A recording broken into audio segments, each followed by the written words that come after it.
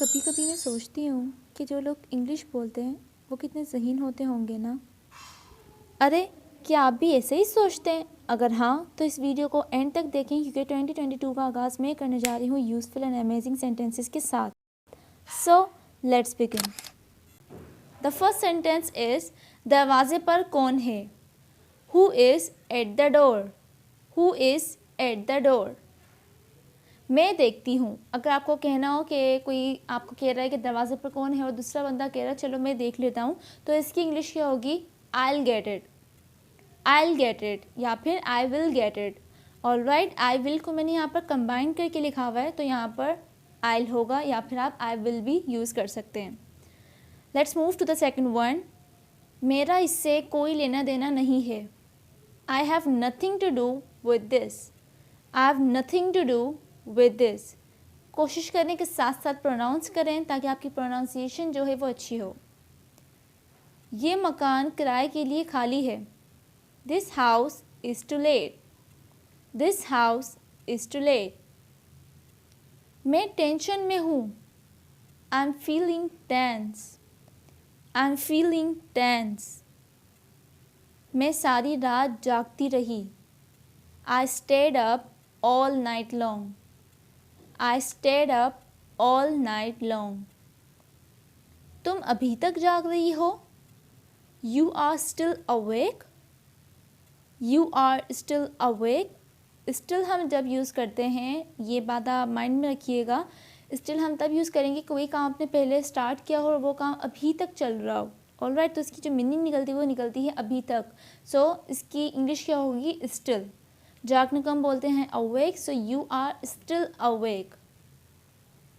मैंने अलार्म बंद कर दिया। I turn off the alarm, I turn off the alarm. Close यहाँ पर यूज़ मत करिएगा क्योंकि क्लोज़ हम कोई दरवाजे के लिए यूज़ करते हैं। कोई स्विच की बात हो उसके लिए आप टर्न ऑन या फिर टर्न ऑफ का यूज़ करें।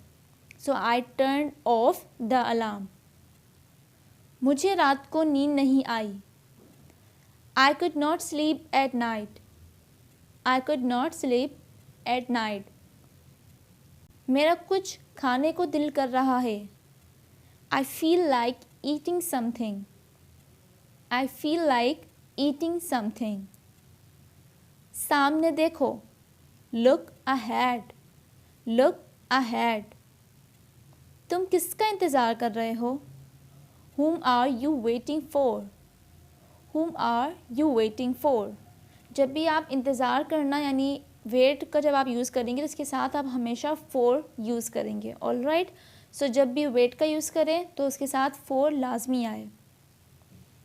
मैं इतनी सर्दी और बर्दाश्त नहीं कर सकती। I can't put up with this cold weather या फिर I can not put up with this cold weather. Can not की कॉन्ट्रैक्शन फॉर्म कांट है, इसको आप कैंट भी पढ़ सकते हैं। So I can't put up with this cold weather. मैं इससे तंग आ गई हूँ।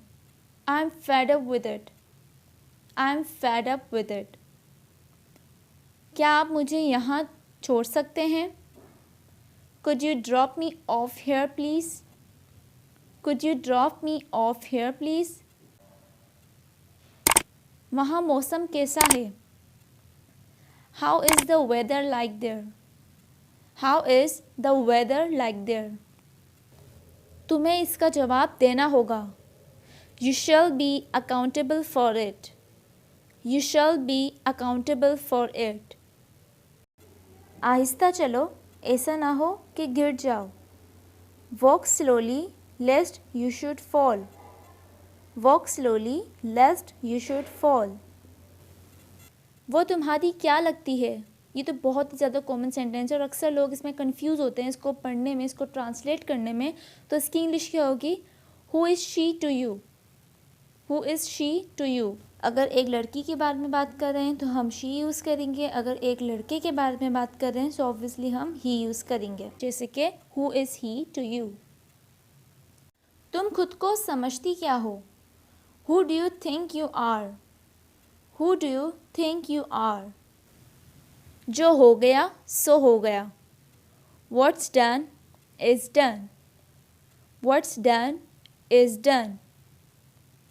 चाहे कुछ भी हो जाए, come what may, come what may. जब भी आपको ये सेंटेंस बोलना हो, चाहे कुछ भी हो जाए, बगैर सोचे समझे आप इसको डायरेक्टली ये कहते हैं come what may. साइड पर हो जाओ, get aside, get aside. मेरी नज़रें नहीं हट रही, I can't take my eyes off it. I can't take my eyes off it. अगर कोई चीज़ मान लें आपको बहुत ज़्यादा अच्छी लग रही है और आप कहना चाह रहे हो कि ये इतना अच्छा है कि मेरी इस पर से नज़र नहीं हट पा रही है, तो आप उसको इंग्लिश में क्या कहेंगे? I can't take my eyes off it. सोच समझ कर बोलो. Think before you speak. Think before you speak. पागल मत बनो. Don't be silly. Don't be silly. वो झूला झूल रहा है. She is swinging on the swing. She is swinging on the swing. झूले को हम इंग्लिश में स्विंग कहते हैं और जो झूला झूलना होता है उसको भी हम स्विंग ही कहते हैं. तो वो अभी झूल रहा है तो इसके साथ हम ing का यूज़ करेंगे. She is swinging on the swing. Next देखते हैं. मेरा वो मतलब नहीं था. I did not mean that. I did not mean that. या फिर आप इसको ऐसे भी कह सकते हैं I didn't mean that. I didn't mean that. Didn't जो है वो did not की कॉन्ट्रैक्शन फॉर्म में. कॉन्ट्रैक्शन फॉर्म बोलने में अच्छी लगती है इसलिए इनको याद करें और इनको यूज़ भी करें. तुम्हारा फ़ोन आ रहा है. You are getting a call. You are getting a call. Please इसको यूँ मत कहें कि योर फ़ोन इज़ कमिंग, क्योंकि हम हर सेंटेंस को ट्रांसलेट करने में बैठ जाते हैं. तो कोई ऐसे सेंटेंस होते हैं जिनकी मीनिंग कुछ और होती है. So you will use you are getting a call. ऐसी बातें मत करो. Don't say such a things. Don't say such a things. खाना खा लो इससे पहले कि ठंडा हो जाए. Eat the food before it goes cold. Eat the food before it goes cold. पानी ऊपर से पियो, मुंह लगा के नहीं पियो. ये सेंटेंस भी हम अक्सर यूज़ कर रहे होते हैं अपने रेगुलर लाइफ में. तो इसकी इंग्लिश क्या होगी? Just take a waterfall, don't drink it straight. Just take a waterfall, don't drink it straight. मैं तुम्हें 9 बजे तक कॉल करूँगी. I'll call you by 9 o'clock. I'll call you by 9 o'clock. तुम्हारी घड़ी में क्या वक्त हो रहा है? What time is it by your watch? What time is it by your watch? कैसे आना हुआ? What brings you here? What brings you here? Let's move to the second one. मैं बस तुम्हें बताने ही वाली थी. I was just about to tell you. I was just about to tell you. कोई काम आप करने ही वाले थे तो उसकी जो इंग्लिश होगी वो होगी about to. ऑलराइट. तो अगर आपको कहीं कहना हो कि मैं तो बस करने ही वाला था, पास्ट में कोई काम आप करने ही वाले थे, तो इसकी इंग्लिश होगी about to. So I was just about to tell you. Thank you so much for watching this video. Please like and share with all your people.